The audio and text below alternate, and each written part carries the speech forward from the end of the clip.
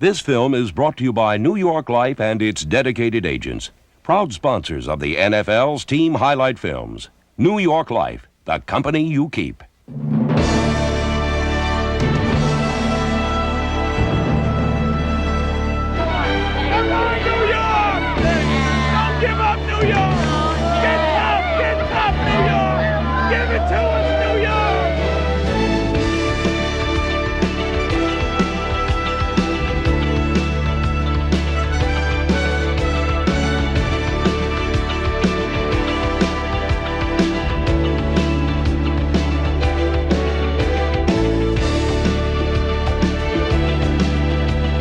In the New York Jets' very first game of the 1980s, Darrell Ray's hard-earned 6 points set the tone for the entire decade. A 10-year-long roller coaster ride of record breakers and heartbreakers that would leave players and fans breathless.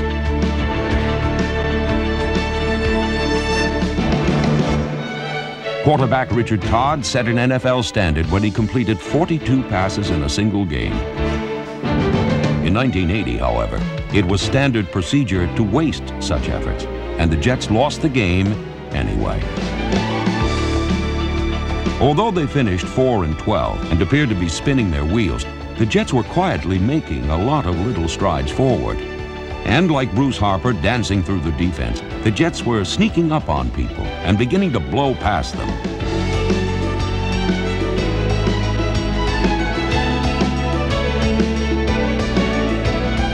Pat Leahy's overtime field goal that beat playoff-bound Houston taught the Jets a lesson in winning, and the Jets got the chance to put their new knowledge to the test in 1981. Despite an 0-3 start, the Jets were soon dueling with the Dolphins for first place. These fans are on their feet. 21 seconds remaining as Todd is back to pass. He's looking into the end zone. Jerome Barkham's touchdown earned the Jets instant credibility, and the Jets also won bragging rights to New York with 9 sacks in a rout of the Giants. Ironically, the New York Sack Exchange would come back to help its stunned rivals in Week 16 when the Giants needed a Jets win to make the playoffs. But the Jets were playing for their own first postseason berth since 1969 and hardly needed the extra incentive.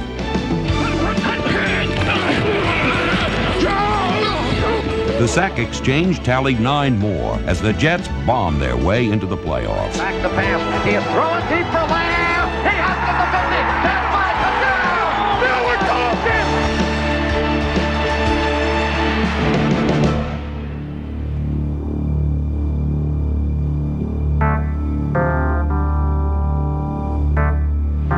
There is nobody in this ballpark who is seated.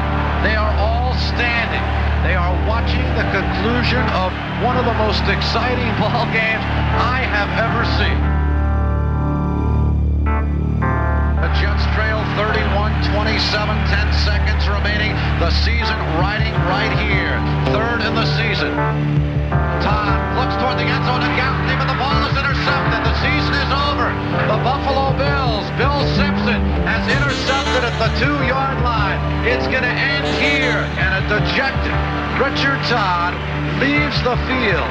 He nearly pulled the miracle off. Nearly pulled his team back from a 24-0 deficit.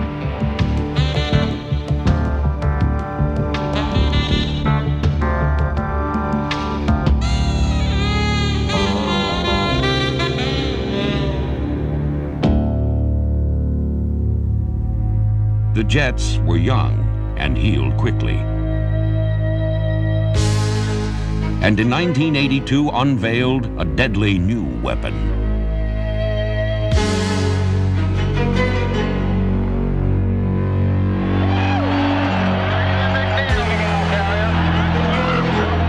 Freeman McNeil became the first Jet to lead the NFL in rushing, and he led the Jets right back into the playoffs. Todd hands it off to McNeil, right side. He throws the option pass. Gaffney alone, touchdown! Touchdown, New York Jets! Talk about a wrinkle! Here's McNeil, right side. Turns inside the 15, the 10, the 5. He's got a touchdown! Freeman McNeil's 202 yards rushing were the second most in playoff history and sent the Jets into Los Angeles for the second round of the Super Bowl tournament. Against the defending world champion Raiders, the Jets did not back down.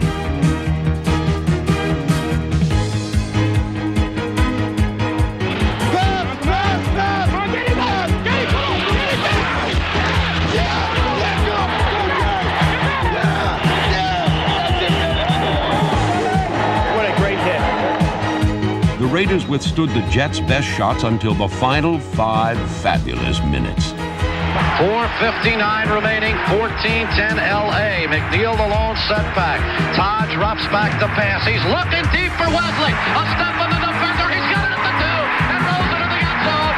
Todd puts it up in the air on a rainbow arc, and Wesley Walker's the pot of gold.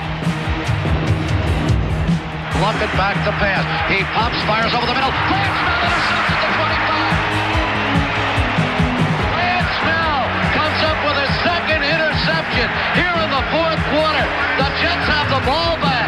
They can run the clock out. The Raiders do not have any timeouts remaining, and the Jets appear on their way to the AFC Championship.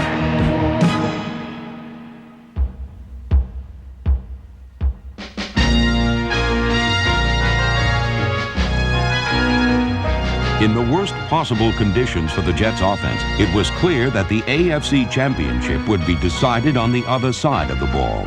That's right, defense! Defense! Let's go!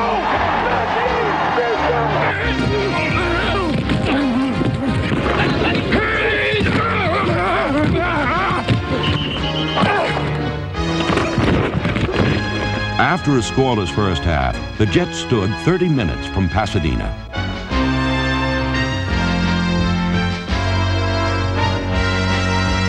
But, as in the season before, the Jets' Super Bowl drive bogged down in the mud, and their championship dreams washed away with the rain.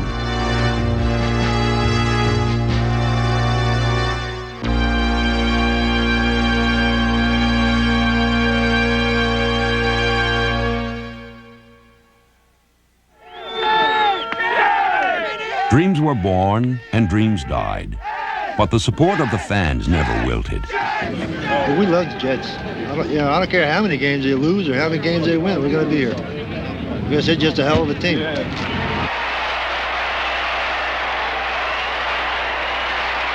The Jets celebrated their 25th year in a new home. But the reception they got from the fans across the Hudson was as warm as it had ever been at Shea.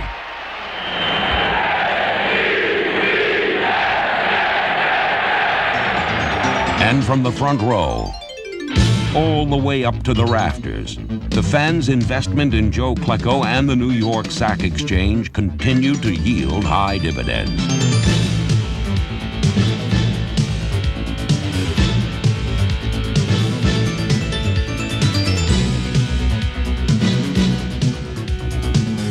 Mark Gastineau racked up the NFL single-season record 22 sacks as the Jets' two-fisted approach to football amazed him in the Meadowlands.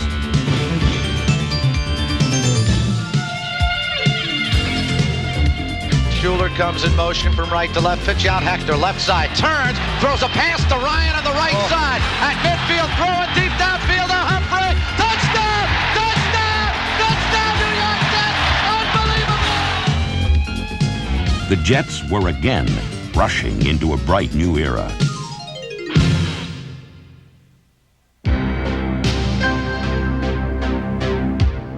In 1985, they paused to honor a legend of another day, and the first Jets player ever elected to the Hall of Fame.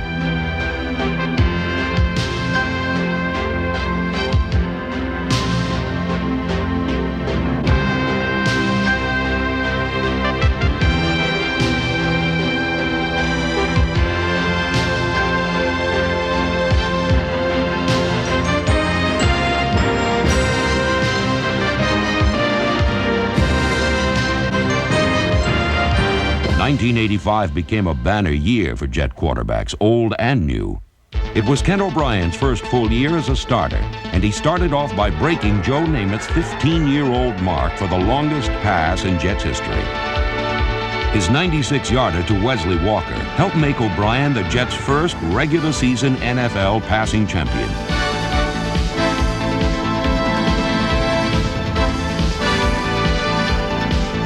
Not since 1968 had the Jets' offense been so hard to stop.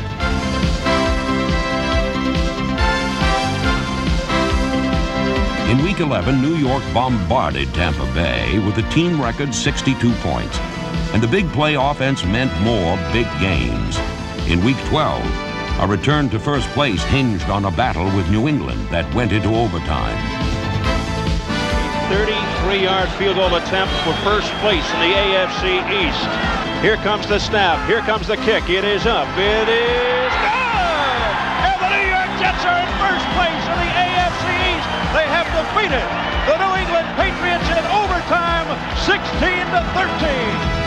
The celebration was sweet, but short, for the Jets still had to fight their way into the playoffs in the season's final game. Let's go! We worked too hard! 16 weeks to get here! Let's kick to it! Now here's O'Brien, back to pass, looking long. He heaves it down the middle, and it's going to be intercepted. And then grabbed away by Sony, runs into the end zone for the touchdown!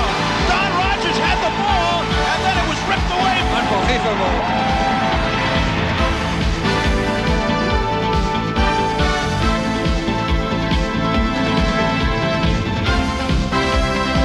Kurt Sohn provided the spark as the Jets shocked Cleveland 37-10 and stole their way back into the playoffs. But for truly grand larceny, no one could top Wesley Walker's great game robbery of 1986. O'Brien back to throw. O'Brien being rushed. O'Brien throwing over the middle. Wesley Walker, touchdown! Touchdown! There is no time remaining! When I made the catch, I was in a dream world. I didn't realize what had happened, and I still don't. I dropped back and waited and just waited for Wesley to get anywhere near the end zone, and threw it about as hard as I could. And the next thing I knew, Wesley was flying through the air, made a great catch, and rolled in the end zone. As soon as we won the coin toss, I knew we were going to score. Everything was going our way at that point. O'Brien's back to throw. O'Brien throwing long down the sideline for Walker, and he got it! Touchdown! Touchdown! Wesley Walker with his fourth touchdown reception. The Jets are going berserk. They're bombing Wesley Walker in the end zone, and the Jets win it 51-45. After that win, the 8 straight that followed seemed easy, especially with the emergence of the unanimous All-NFL wide receiver, Al Toon.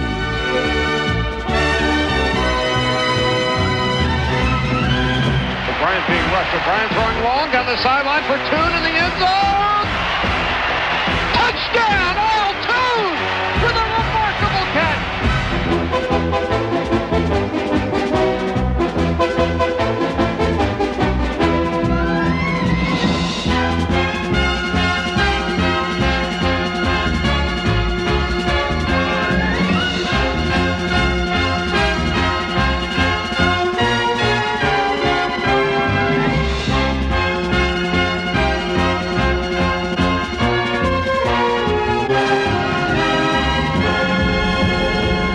Led the Jets back into the AFC playoffs, where they embarked on another outlandish sequence of postseason palpitations.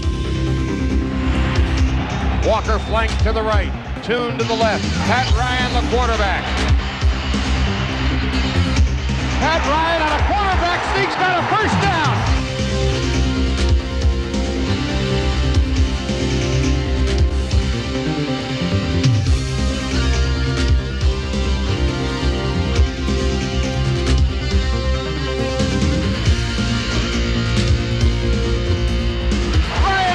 Tackle is down inside the 10. How about that for a call? Oh, and the dogs extinguish the fire. We're on our way to Cleveland. Pitch out to McNeil, running right. Uh-oh, it's going to be a flea flicker throwing back to Ryan. Ryan throwing long over the middle for Walker, and Walker's got a touchdown! Touchdown, Wesley Walker! O'Brien handing to McNeil. McNeil finds some room. McNeil still on his feet to the 20, 15, 10, 5, and touchdown! Brandon McNeil, 25 yards. The Jets are going to win this football game. The Jets are going to the AFC Championship. For a team that had grown accustomed to snatching unlikely wins itself, letting a 10-point lead slip away in 4 minutes was too much to face. Then, in the second overtime, the Jets were unceremoniously booted from the playoffs. For the rest of the 1980s, they wouldn't return.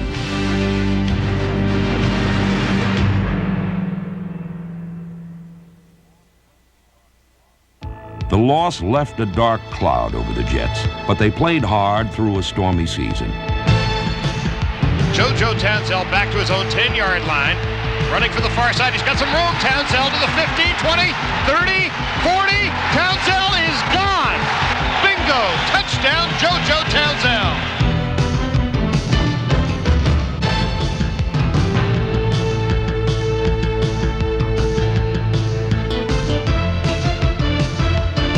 Slowly, the Jets regained their poise, reinvigorated their spirit, and got back on stride.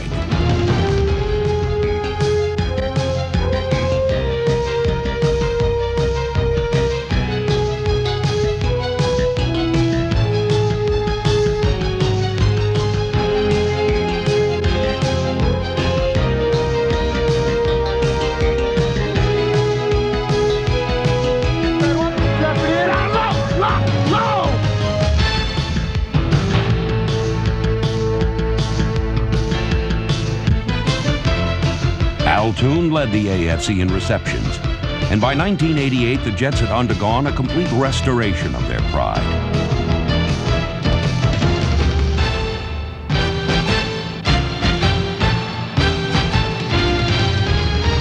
Once again, the Jets had the nerve to look anyone in the league dead in the eye.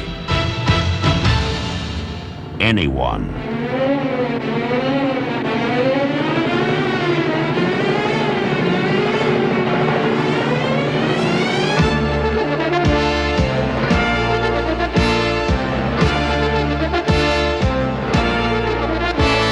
In the 1988 season finale, the Giants needed a win to make the playoffs. For the Jets, this was the playoffs. We got 30 more minutes!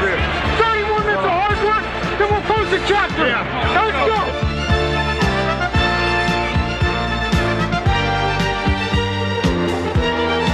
go! Marty Lyons led the Jets to 8 sacks, but the Giants were still leading by a point in the final minute, when Ken O'Brien looked to Mickey Schuler and Al Toon on a desperate drive to victory.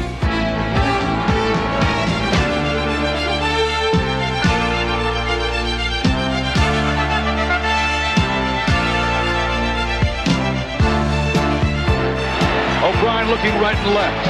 A pass into the left corner. Touchdown! Touchdown! Touchdown! Al Toon has a touchdown!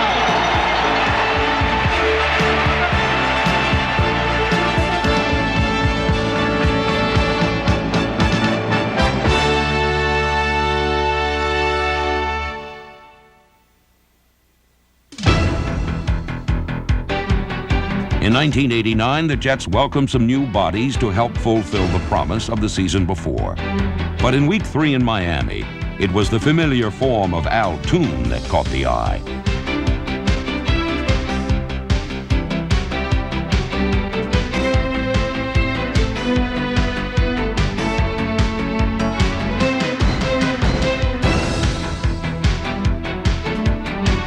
Toon's 10-catch, 159-yard day was a sight to behold, but the Jets' longest score of the day almost went unseen. 42-yard field goal attempt that's blocked in the line and is picked up by the New York Jets, running along the left side, and he may go all the way for a touchdown. Along the far sideline, George Radichowski picked it up, and he's got a touchdown. Entering the fourth quarter, New York still trailed 30-19. And with the Dolphins poised to strike a final blow, it was the Jets who bowled them over.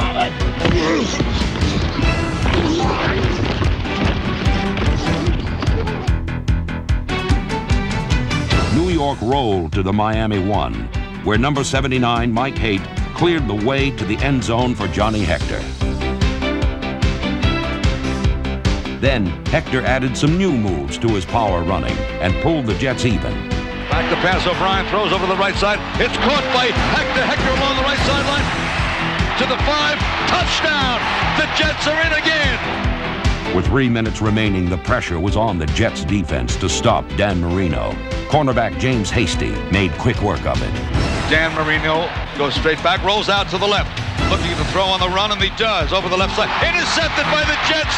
James Hasty makes the intercept.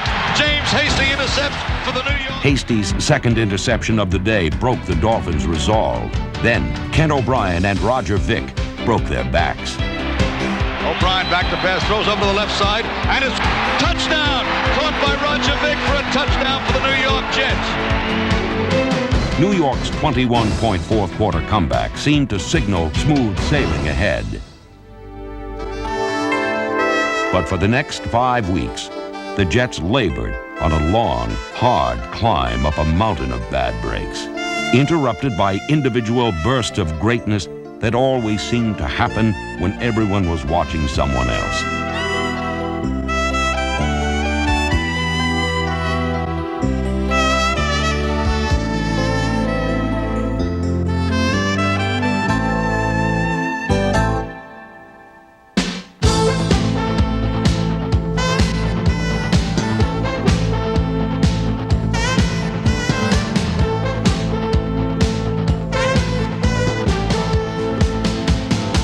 Flashing onto the scene was JoJo Townsell, the one-time reserve who became the team's 1989 MVP.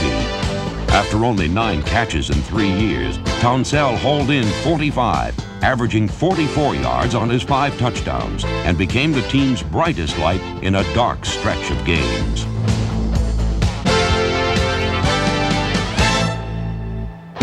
Across the line, a second-year safety reappeared with an even more powerful presence than he had shown in his Pro Bowl rookie season.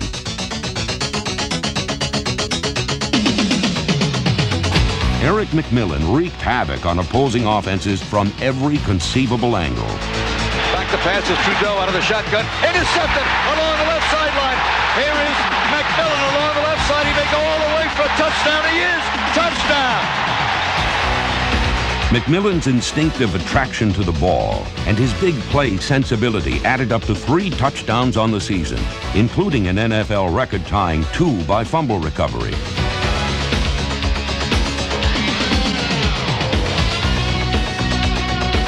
All season long, McMillan razzle-dazzled his way around the sophomore jinx, returning to the Pro Bowl, this time as a starter.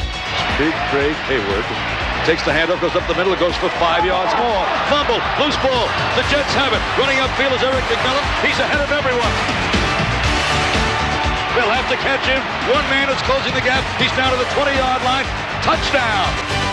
McMillan's accomplice was his fellow second-year star, James Hasty. Back to pass, throws out to the left side. Intercepted. Touchdown by Hasty. Hasty along the right side, goes in and scores. Despite its offensive inclinations, the secondary was hardly a finesse group.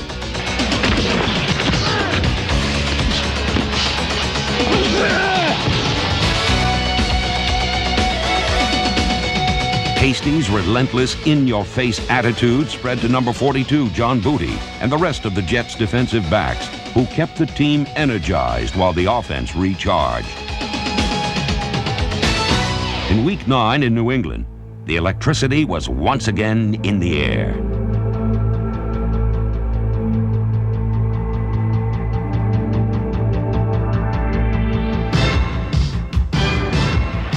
Out wide to the left side. McNeil carries, runs to the left tackle, drives along the left sideline, inside the 5, touchdown. He goes all the way.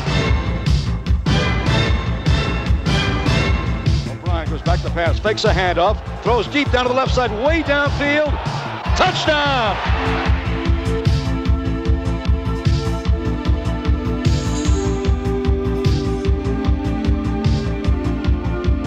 New York built a 12-point fourth-quarter lead on its best two-way play of the season. But victory goes as often to the lucky as to the good, and the Jets had been running a little low on luck. Mark Wilson at quarterback, dumps back and throws long, way down the middle. It's caught at the 20, to the 10, and touchdown. No, it's a loose ball, rolling free, recovered by the Patriots. The Patriots, what a play. New England took the lead, and even the feistiest Jets let their spirits sag, especially with veteran miracle workers Walker and Toon injured. But the other part of the Jets' comeback connection did not give up.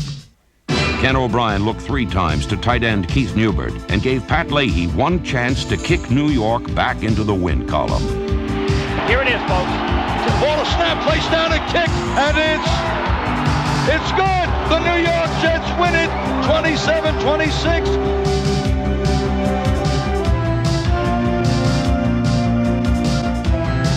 He had delivered all decade long, and Leahy once again proved himself to be the Jets' connoisseur of crunch time.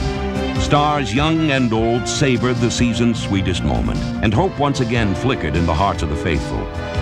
But as the season wound down, their faith would be tested as rarely before.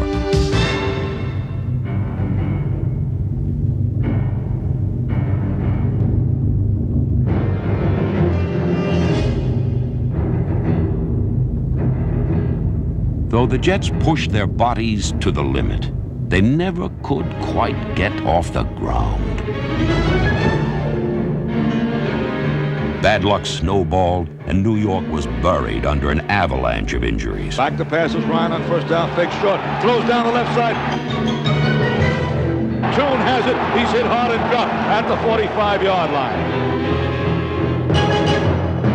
Neither the staunchest veteran nor the freshest rookie was immune. The Jets lost 25 different players who missed a total of 198 games. And while the Jets' all-pro receivers bravely played through pain, multiple injuries began to take their toll even on them.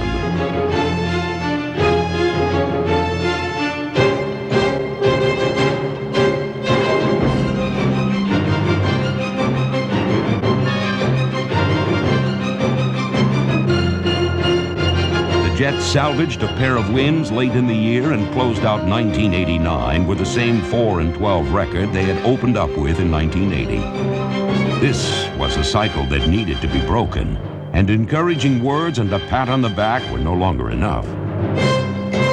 The Jets needed an infusion of new blood and were gasping for a breath of fresh air.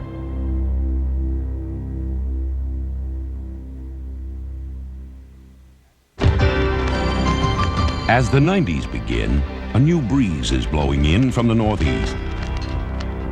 The New York Jets have selected Dick Steinberg, a weather-tested football man, to take command of football operations. And when you hear that term innovative, you think of throwing the ball all over the lot and not... To provide new leadership on the field, Steinberg handpicked 43-year-old Bruce Coslett.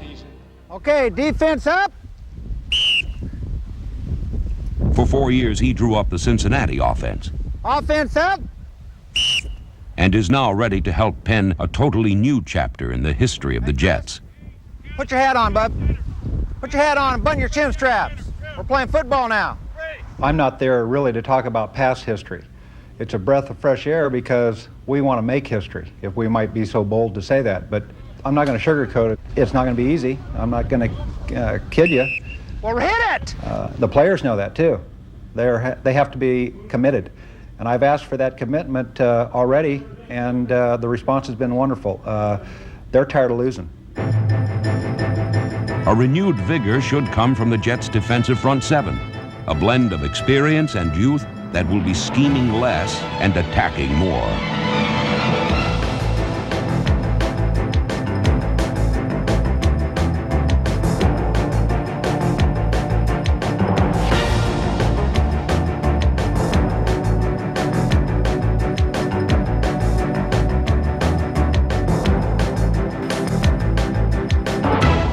Number 56, Jeff Lageman, the Jets' #1 draft pick in 1989, was custom built for this style.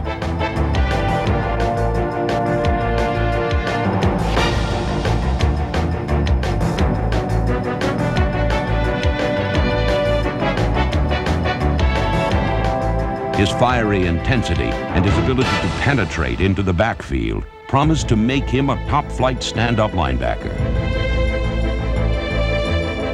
In 1990, he'll also be used in certain situations as a fourth down lineman. This alignment will likely enhance the performance of the Jets' talented young defensive linemen, like number 90, Dennis Byrd.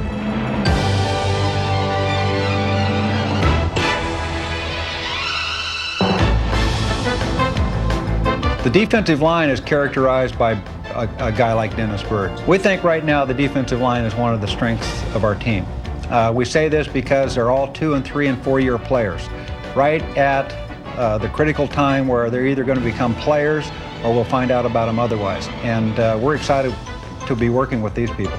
Byrd came into his own with 2.5 sacks against San Diego last season. And the development of number 96 Ron Stallworth, Marvin Washington, Gerald Nichols, Paul Fraze, and Scott Mercereau helped produce the Jets' back-to-back wins over the Chargers and the Falcons. Straight back to passes. Miller rolling out to the left, being rushed hard. He throws it, intercepted. A backhanded pass, intercepted by Scott Mercereau. Oh, baby, I'll guarantee you that's his first interception. First of all, I want it to be fun. That's my number one thing. But the only way it can be fun is to win. And if you don't win, it's not fun. I don't care what profession you're in. That's good right there. Having played 8 years of tight end under Paul Brown and Bill Walsh, Coslett knows the subtle moves that can help a player reach his potential. Step. Some of you were coming around the deal like this, waiting on the ball and going like that. Those guys will come inside you and pick it off. That was good. He stepped back. Boom. Just a half a step. That's all it takes.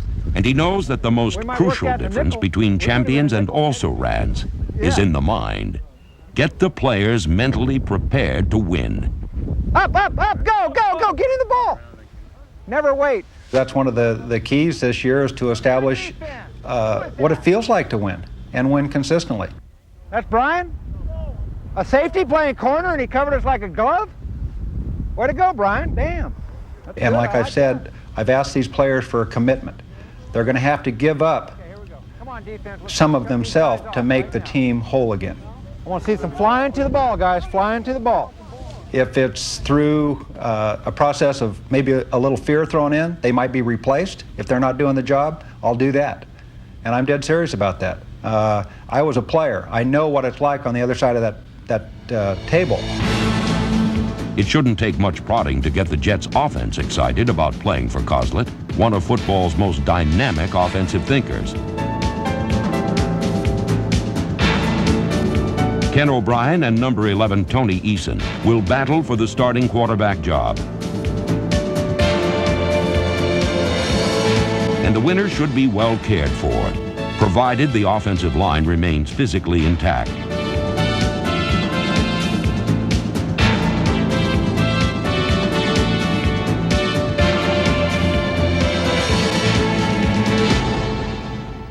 Pass catchers Townsell, Toon, Schuler, and Chris Burkett should combine with running backs Hector, McNeil, Vick, and A.B. Brown to foster the balanced but explosive attack Coslett envisions on both sides of the ball.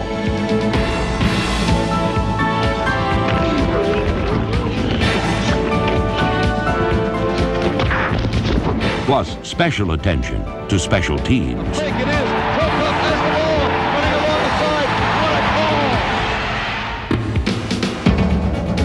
I can promise the fans that it'll be an exciting brand of football and we'll be an attacking team on offense, defense, and special teams, and I think that's the way you have to play it in today's football.